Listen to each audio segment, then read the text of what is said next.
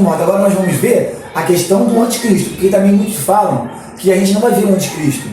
O arrebatamento, o nosso encontro com o Senhor vai ser antes da vida do anticristo, né? Então vamos ler 2 Tessalonicenses capítulo 2. Isso. 2 Tessalonicenses, né? Isso.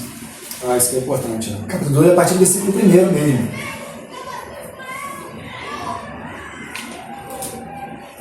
Então reparem os irmãos que o que a gente está fazendo é um estudo sistemático de todas as profecias, né? Para você falar sobre um assunto, para você poder, na verdade nunca exaure, mas a gente tentar ao máximo você maximizar aquilo que a gente tem de informação sobre um determinado evento. É verdade. Né? Tessalonicenses 2, vou ler o texto, partido 1. Irmãos, no que diz respeito à vinda de nosso Senhor Jesus Cristo e à nossa reunião com Ele, pedimos que vocês não se deixem demover facilmente do seu modo de pensar, nem fiquem perturbados, quer por espírito, quer por palavra, quer por carta, como se procedesse de nós, dando a entender que o dia do Senhor já chegou. Ninguém de modo nenhum os engane, porque isto não acontecerá, sem que primeiro venha a apostasia, e seja revelado um homem da iniquidade, o filho da perdição, o qual se opõe e se levanta contra tudo que se chama Deus, ou é objeto de culto, a ponto de assentar-se no santuário de Deus, apresentando-se como se fosse o próprio Deus. Vocês não lembram que eu costumava lhes dizer estas coisas, e quando estava com vocês? E agora vocês sabem o que o detém, para que ele seja revelado a seu tempo. Porque o mistério da iniquidade já opera, e aguarda somente que seja afastado aquele que agora o detém. Então será revelado o iníquo, a quem o Senhor Jesus matará com o sopro de sua boca, e o destruirá pela manifestação da sua vinda. Ora, o aparecimento do iníquo é a segunda ação de Satanás, com o poder de sinais e prodígios de mentira, com todo engano da injustiça aos que estão perecendo, porque não acolhem com amor a verdade para serem salvos. E é por esse motivo que Deus lhes envia a operação do erro, para darem crédito à mentira, a fim de serem condenados todos que não creram na verdade, mas tiveram prazer na injustiça. Olha só. Então, aqui, o panorama agora mudou, né? O panorama agora é o anticristo. Isso. E a apostasia. Então, Paulo, e interessante que todas as vezes que fala acerca disso, eu acho que é muito interessante isso. Toda vez que fala da volta de Jesus, eles têm o cuidado de falar assim, não deixe que ninguém vos engane. Tipo assim, parece que eles já estão no entendimento que vai vir tantas coisas na frente, tantos entendimentos trocados. Eu acho que aí é justamente esse pessoal. O pessoal só quer saber do Apocalipse. Só quer saber só do... não quero saber agora vai acabar. Porque ele só quer, né? Fim, né? Não quer passar por luta, não quer passar por dor, não quer passar, então... Não, eu quero que aconteça. Então, toda vez ele fala, não deixe que ninguém vos engane, não é assim. Ó, o nosso encontro com ele não vai acontecer antes, olha só, gente. Tá bem claro, o nosso encontro com ele não vai acontecer antes. E não deixe que ninguém vos mova facilmente. É interessante, por profecia, por palavra, por carta, supostamente vida do próprio apóstolo, né? Como se o dia do Senhor já tivesse chegado. Então não vai ser profecia que vai te enganar, não vai ser carta que vai te enganar, não vai ser nada. Porque já está escrito aqui, ó. Primeiro vai vir a apostasia. O que é apostasia? É a fé, é sair, cair da fé. É deixar para trás aquilo que um dia creu. Né? Se voltar contra aquilo que um dia a pessoa criou. É apostasia. Apostasia é negar aquilo que... É interessante isso aí, ligar no Apocalipse 17, acho que é 17, quando João tem um espanto com a besta, e eu olhei com um grande espanto. Isso, E ele viu aquilo que era a mulher, né, que representava a igreja ali. Aí também não vou entrar a fundo, mas agora ela estava sentada sobre a besta e bebia do sangue dos mártires, dos santos que era antes. Então ela via realmente a igreja se voltando. O que era perseguido agora passou a ser perseguidora. Pessoa a ter prazer na morte dos santos. Você vê que a apostasia é muito forte. O que ela faz, né? O que a apostasia faz? E a apostasia não é para o ateu. A apostasia é para aquele que um dia creu. aquele que um dia esteve, aquele que um dia, mas de alguma forma, de algum momento, se perdeu, deixou para trás. E por isso que a gente se preocupa em... Aquilo que foi o evangelho puro, isso, agora está corrompido. Né? E por isso que a gente se preocupa, minimamente, né, de alguma forma, trazer esse entendimento até mesmo acerca da escatologia. Sim. Porque não é uma questão salvífica, sim, como nós costumamos falar. Sim. Salvífica é o quê? Você crê em Jesus. Sim. Se você morrer crendo em Jesus, você está salvo. Está salvo. Mas o problema são as consequências que é gerado atrás disso. Por que Paulo se preocupou em trazer esses ensinamentos? Porque a igreja de São Vicente estava relaxada. Estava, não, eu não vou fazer mais nada, não vou sofrer porque Jesus está voltando. Não, eu não vou passar pelo anticristo não, como muitas pessoas hoje estão passando da mesma forma. Não, eu vou ser arrebatado antes de vir o anticristo. Então, para que eu vou me preocupar? Para que eu vou me preocupar em entender mais? Para que eu vou me preocupar em guardar o depósito? Sim. Como Paulo fala para Timóteo, guarda o bom depósito. Para que eu vou me preocupar? É o liberalismo? Não, eu vou. É o show, vou fazer um show gosto. Vou botar um púlpito ali onde as pessoas sentadas atrás do púlpito, que são os maravilhosos, que ali pregam. Aí vem Jesus, vocês procuram os primeiros assentos.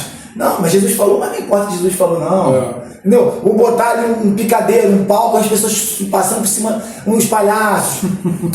Não importa, Jesus vai voltar antes da tribulação. Não importa, para que eu vou guardar o bom depósito? Então, essas consequências esfriam a igreja. E esse esfriamento traz a apostasia. Porque quando a gente crê nisso, eu sou filho de Deus, eu não passo por problema, por tribulação. Aí quando vem uma tribulação, quando vem um problema, o que está acontecendo? Deus esqueceu de mim. Aí vem o esfriamento. Acontece um pouquinho do que acontecendo com a igreja de Tessalonicenses aqui. Porque parece que é algo bem local, né? Ele chama atenção bastante daquela igreja. Parece que aquela igreja tem aquele estilo de comportamento desse nível, né? É isso aí. É isso mesmo. Então, aqui Paulo ele tenta extirpar do meio da igreja esse pensamento. Não vai ser, não deixe que ninguém vos engane como se já estivesse perto a vida dele. Primeiro tem que vir a apostasia. A igreja está crescendo, as pessoas estão crendo. Está falando de igreja, não estou falando de mundo. A igreja está crendo, a igreja está vivendo, está sofrendo a luta, está sendo morta e a igreja crescendo. Então, agora, quando no meio da igreja começar a apostasia, e por causa dela, aí qual é o panorama? A denominação onde participava também dizia que o Espírito Santo vai ser tirado daqui. Muita gente, na verdade, interpreta essa parte aqui. Aquele que o detém, isso, interpreta como se fosse o Espírito Santo. Mas se nós vemos aqui no versículo 6 fala assim: e agora vocês sabem o que o detém. Em nenhum momento aqui falou sobre o Espírito Santo. Em nenhum momento. Aqui está falando da apostasia. Está falando que para o anticristo aparecer, isso é até óbvio, né? O anticristo que se volta contra tudo que se chama Deus, ele precisa de um enfraquecimento da igreja. Se a igreja estiver forte, firme na fé, ele não vai conseguir se voltar contra no nosso coração. Não está falando no mundo. No nosso coração se voltar contra tudo que se chama Deus. Porque o templo agora é o nosso coração. Sim. Então ele não vai conseguir. Agora, quando há um esfriamento no seio da igreja, né? A igreja que se perdeu, que não é mais igreja, quando tem esse esfriamento, ele vem com força. Aí fala, e agora vocês sabem que o detém, para que ele seja revelado no seu devido tempo. Ou seja, detém para que ele seja revelado. Sim. A fé detém o anticristo para que o anticristo não seja revelado. Mas quando a fé for detida, ele vai ser revelado. Então, assim, a interpretação do texto está bem clara. E agora você sabe que o detém. O que está detendo ele é a fé. E a exegese bem desse texto aqui, que você trabalhando, a gente já viu até a parte da exegese inicial. Porque ele falou, vocês não lembram quando eu estava no meio de vocês e falava sobre isso? Então, para ele, é como se fosse um estalo. Lembra que eu falava para vocês, quando vocês deixassem... aqui no texto ele não fala o que ele falava. Aqui sim, não fica explícito o que ele estava falando com ele. Dá a entender isso. Ele já deu esse ensinamento. Que ele deu esse ensinamento e agora vocês sabem o que está detendo ele. Verdade. O que está detendo. E é exatamente isso que você falou. Quando você tira o evangelho, é aquela situação que a gente fala, né? Você tira o calor, vem frio. Sim. Você tira a luz, vem escuridão. É isso aí. Você tira o evangelho, vem o contrário do evangelho, que é a apostasia. O contrário é a apostasia. O evangelho diferente. Verdade. Porque o que é o evangelho diferente? É o anátema, é o evangelho maldito, né? Sim. É o evangelho que é o que é faz de conta que é evangelho, tem aparência de bom, mas só aparência. É isso aí. Mas por fora é podre, né? E irmãos, notem, o que nós estamos querendo, nós estamos nos comprometendo em fazer aqui é falar menos, trazer mais Bíblia. Isso. Porque é meio que inverso, né? As pessoas pegam um pedacinho e começam a falar várias coisas. Nós estamos lendo e fazendo a exegese do que está escrito. Se os irmãos discordarem, né? Então é perfeito, coloca no comentário, enriquece o debate. Porque a ideia, na verdade, não é querer cada um ser a sua dona da verdade. Pelo contrário, a gente está procurando a verdade bíblica, a verdade da Bíblia. Tirar essas ideologias que foram se levantar no meio. E até foi levantado, tem pessoas sérias. Sim. Que foi trazer, igual, por exemplo, o dispensacionalismo, que vem tentando trazer uma interpretação da Bíblia, mas que se perdeu em alguns pontos. E que a gente vai ter que observar isso de acordo com a Bíblia. Né? Isso é interessante. E por isso que a gente está tentando trazer assim, essa ideia primeiro bíblica, para depois a gente falar, fulano acredita dessa forma, primeiro para a gente tentar, tentar mostrar o panorama que a gente tem. Então nós conseguimos agora trazer tanto 1 Tessalonicenses ligado ao Apocalipse, porque tem que ser assim, né? Isso. Tem que ligar ao conjunto da obra. Isso. E 2 Tessalonicenses falando do anticristo. Nós vamos ver depois, no próximo estudo, como nós entramos em Daniel. Sim. Aí nós vamos ver o que o anticristo, esse acordo que o anticristo vai fazer. Né? Porque nós estamos falando da apostasia. Depois na parte de Aí depois nós vamos ler Mateus agora. Vai Mateus agora. Tá, mas quando a gente fizer um estudo mais aprofundado das profecias, nós vamos ver em Daniel que ele faz um acordo. Sim. E esse acordo é meio que um acordo enganoso. Ele não vai chegar se mostrando assim, eu sou ruim, eu vou tirar tudo. Não. Ele vai fazer um acordo meio que enganoso. Porém, aqui em 1 Tessalonicenses capítulo 5, ele fala que nós não somos filhos das trevas para ser pego de surpresa. Sim. Nós não vamos ser pego de surpresa. Sim. Essa surpresa, ela vai se dar para aqueles que estão no céu e aqueles que não estão enxergando. A apostasia faz a gente não enxergar. O anticristo, mesmo ele vindo sorrateiramente, mas a igreja fiel, firme, ela consegue enxergar esse acordo enganoso. Ela consegue. Sim. Porém, quando a apostasia estiver mais forte no meio da igreja, no meio da religiosidade, o que vai acontecer? A igreja não vai conseguir enxergar esse acordo. Então ele vai vir e vai introduzir. Mas no meio do período ele vai cortar, aí ele vai se mostrar. Isso. Então por isso que é importante entender que a apostasia... Aquela manifestação implícita para aquela explícita, né? Que você, ih, caramba, aquele cara aqui, é ele ali, a gente desconfiar, mas não sabia ainda. E a implícita só consegue ver aquele que está realmente ligado. Com a fé a pessoa está ligada, agora sem fé se desliga. A fé nos liga até Deus, né? Nos liga na questão de você, quem ouve a palavra alcança a fé. Isso. A fé vem de ouvir a palavra. Já a palavra já não está sendo mais tão importante, a fé já está se esmorecendo, aí vem sorrateiramente. Onde que é a falta de combustível, né? É aquele velho ditado mesmo, popular, mas que é verdade. Isso aí. Mente vazia, oficina. Então acaba acontecendo isso. Né? É isso aí. Porque Mateus 24, entendeu? Só antes do Mateus 24, só queria mostrar aqui, só Apocalipse 3, versículo 10, porque eu falei que pré-tribulacionista acredita que ele vai ser tirado no meio da tribulação, né? Vai ser livre, né, da tribulação, por causa desse versículo aqui. Apocalipse 3, versículo 10. Quando ele está falando com a igreja de Filadélfia. Você guardou a palavra da minha perseverança. Por isso também eu guardarei da hora da aprovação, que há de vir sobre o mundo inteiro, para pôr à prova os que habitam sobre a terra. Isso aí. Então, o que acontece? Eu guardarei da tribulação, né? Leia só de novo contar essa tradução. Por isso também eu guardarei da hora da aprovação. Isso aí. Eu guardarei da hora da tribulação. Então, aprovação, aqui tá o meu. Aprovação, né? Aqui, na minha tá aprovação, mas pode ser. Tentação, aprovação, né? Tribulação, tem algumas traduções da tribulação. Mas o que acontece? Alguns interpretam que guardar é tirar.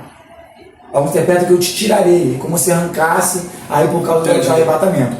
Essa palavra guardar, né? Ela vem do grego. E esse guardar é cuidar atentamente, tomar conta de, guardar. A manter alguém no estado em que está.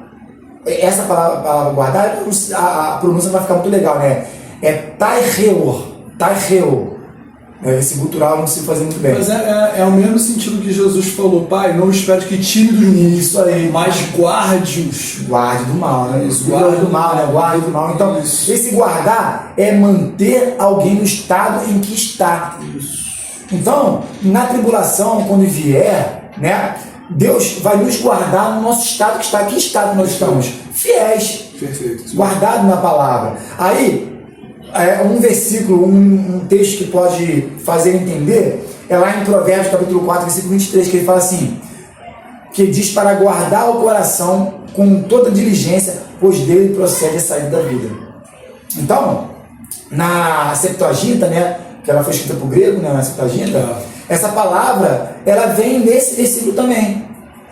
Guardar o coração é manter ele no estado que está. Você não vai tirar o teu coração. Se fosse arrebatamento, eu vou tirar meu coração aqui agora, porque Deus procede a sair da vida, então eu vou tirar ele e guardar numa caixinha. Não, é você deixar ele no estado que está, firme, fiel em Deus. Esse é o guardar. É o significado dessa palavra no grego. É só para poder trazer esse panorama que ficou meio subentendido. Perfeito. Agora podemos ir lá em Mateus 24, né? Então, Mateus 24, vou começar tudo? Do 15 em diante, né? Do 15, né? 15. Que vai falar, se me explicar. Pode ser não, 15. pode ser um pouquinho antes. A gente tem não, vamos começar do 4 para falar ver tudo, né? 24, a partir do 4, eu falo assim: tenham cuidado para que ninguém os engane. Porque muitos virão em meu nome dizendo eu sou o Cristo e enganarão a muitos. E vocês ouvirão falar de guerras e rumores de guerras. Fiquem atentos e não se assustem, porque é necessário que isso aconteça, mas ainda não será o fim. Porque nação se levantará contra nação, reino contra reino. Haverá fomes, terremotos em vários lugares. Porém, todas essas coisas são o princípio das dores. Vocês serão entregues para serem maltratados, e eles os matarão. Vocês serão odiados por todas as nações por causa do meu nome. Nesse tempo, muitos hão de se escandalizar, trair e odiar uns aos outros. Muitos falsos profetas se levantarão e enganarão a muitos. E, por se multiplicar a maldade, o amor de muitos se esfriará. Aquele, porém, que ficar firme até o fim será salvo. E será pregado este evangelho do reino por todo o mundo para testemunho de todas as nações. Então virá o fim. Quando, pois, vos estiverem situados no lugar santo, o abominável da desolação, que falou o profeta Daniel, quem nem entenda, aí que entra... Aí que vai entrar o escrito de Daniel. Então, os que estiverem na Judéia, fujam para os montes. Quem estiver em alguma coisa, quem estiver no campo, não volte atrás para buscar sua capa. Ai das grávidas daqueles dias, que amamentam naqueles dias. Orem para que a fuga de vocês não aconteça no inverno, nem no sábado, porque esse tempo haverá grande tribulação, como nunca houve desde o princípio do mundo. Até agora, nunca mais, jamais haverá. Não tivesse aqueles dias sido abreviados, ninguém seria salvo. Mas por causa dos escolhidos, tais dias serão abreviados. Então, se alguém lhe disser, olha, aqui está o Cristo, ali está ele, não acreditem, porque surgirão falsos cristos e falsos profetas, operando grandes sinais e prodígios, para enganar, se possível, os próprios eleitos. E eis que tenho predito estas coisas a vocês, portanto, se disser a vocês, eis que ele está no deserto, não vão lá. Se disser, está no interior da casa, não acreditem, porque assim como o relâmpago sai do oriente e brilha no ocidente, assim também será a vinda do Filho do Homem. Onde tiver o cadáver, ali se ajuntarão os abutres. Logo em seguida, a tribulação daqueles dias, o sol se escurecerá. A lua não dará sua claridade, e as estrelas cairão do firmamento, e os poderes dos céus serão abalados. Então aparecerá no céu o sinal do Filho do Homem. Todos os povos da terra se lamentarão, e verão o Filho do Homem vindo sobre as nuvens do céu, com grande poder e grande glória. E ele enviará os seus anjos com grande som de trombeta, os quais reunirão seus escolhidos nos 4 ventos de uma extremidade dos céus. Aí continua da parábola da figueira, né? Mas até ele dá um panorama, né? Sim. Olha que interessante. Jesus ele vem mostrando os sinais do acontecimento antes da vida dele. De novo, mais uma vez, é interessante. Não vos engane, né? É isso que eu estou dizendo para vocês antecipadamente, para que vocês não sejam enganados. Virão anticristos, né? Virão falsos cristos, virão falsos profetas, e vocês enganarão até os escolhidos e tal. Aí ele vem, imediatamente após a tribulação daqueles dias. Pega esse pedaço e marca na Bíblia de vocês. Imediatamente após a tribulação daqueles dias, o sol escurecerá, a lua não dará sua luz. Então aparecerá no céu o sinal do Filho do Homem, e todas as nações da terra se lamentarão e verão o Filho do Homem vindo nas nuvens. Então olha só, depois da tribulação, e olha que lá em cima ele falou a grande tribulação. Então depois da tribulação que vai vir o sinal, a vinda de Jesus. Aí muitos dizem, né, que é o dia do Senhor, aí o arrebatamento. Até o filme, como o Alberto falou, né, o Deixado para Trás, ele está pautado em Mateus 24, aqui embaixo. Nós podemos até ler aqui no versículo, a partir do 36. Mateus 24, 36? Mas a respeito daquele dia, olha, ninguém sabe, os anjos do céu, não somente o Pai, pois assim como foi nos dias de Noé, assim também será na vida do Filho do Homem. Pois assim como nos dias anteriores ao dilúvio, comiam e bebiam, casavam e davam-se em casamento, até o dia que Noé entrou na arca, e não perceberam, até que veio o dilúvio e os levou a todos. Assim também será na vida do Filho do Homem. Então 2 estarão no campo, um será levado, o outro deixado.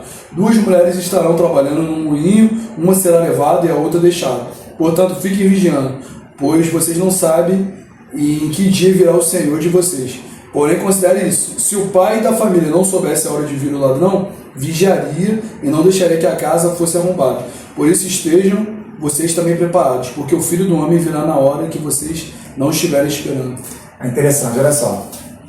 Esse foi o versículo, né, o texto bíblico que fundamentou essa questão do filho será tirado. Agora vamos analisar, vamos fazer a exegese desse texto, né? Aqui está dizendo que assim como nos dias de Noé será a volta do Filho do Homem, né? E aqui é falado diretamente sobre o arrebatamento, né? Para aqueles que acreditam antes da tribulação, né? Ele fala que um estará no campo, ele fala, né? Cadê aqui? Um vai estar no campo, 2 homens estarão no campo. Versículo 38. Pois nos dias anteriores ao dilúvio, ele faz uma comparação do dia de Noé. Nos dias anteriores ao dilúvio, o povo vivia comendo e bebendo, casando-se e dando-se casamento, até que um dia Noé entrou na arca. E eles nada perceberam, até que veio o dilúvio e os levou a todos. Nesse texto, quem foi levado não foi os salvos.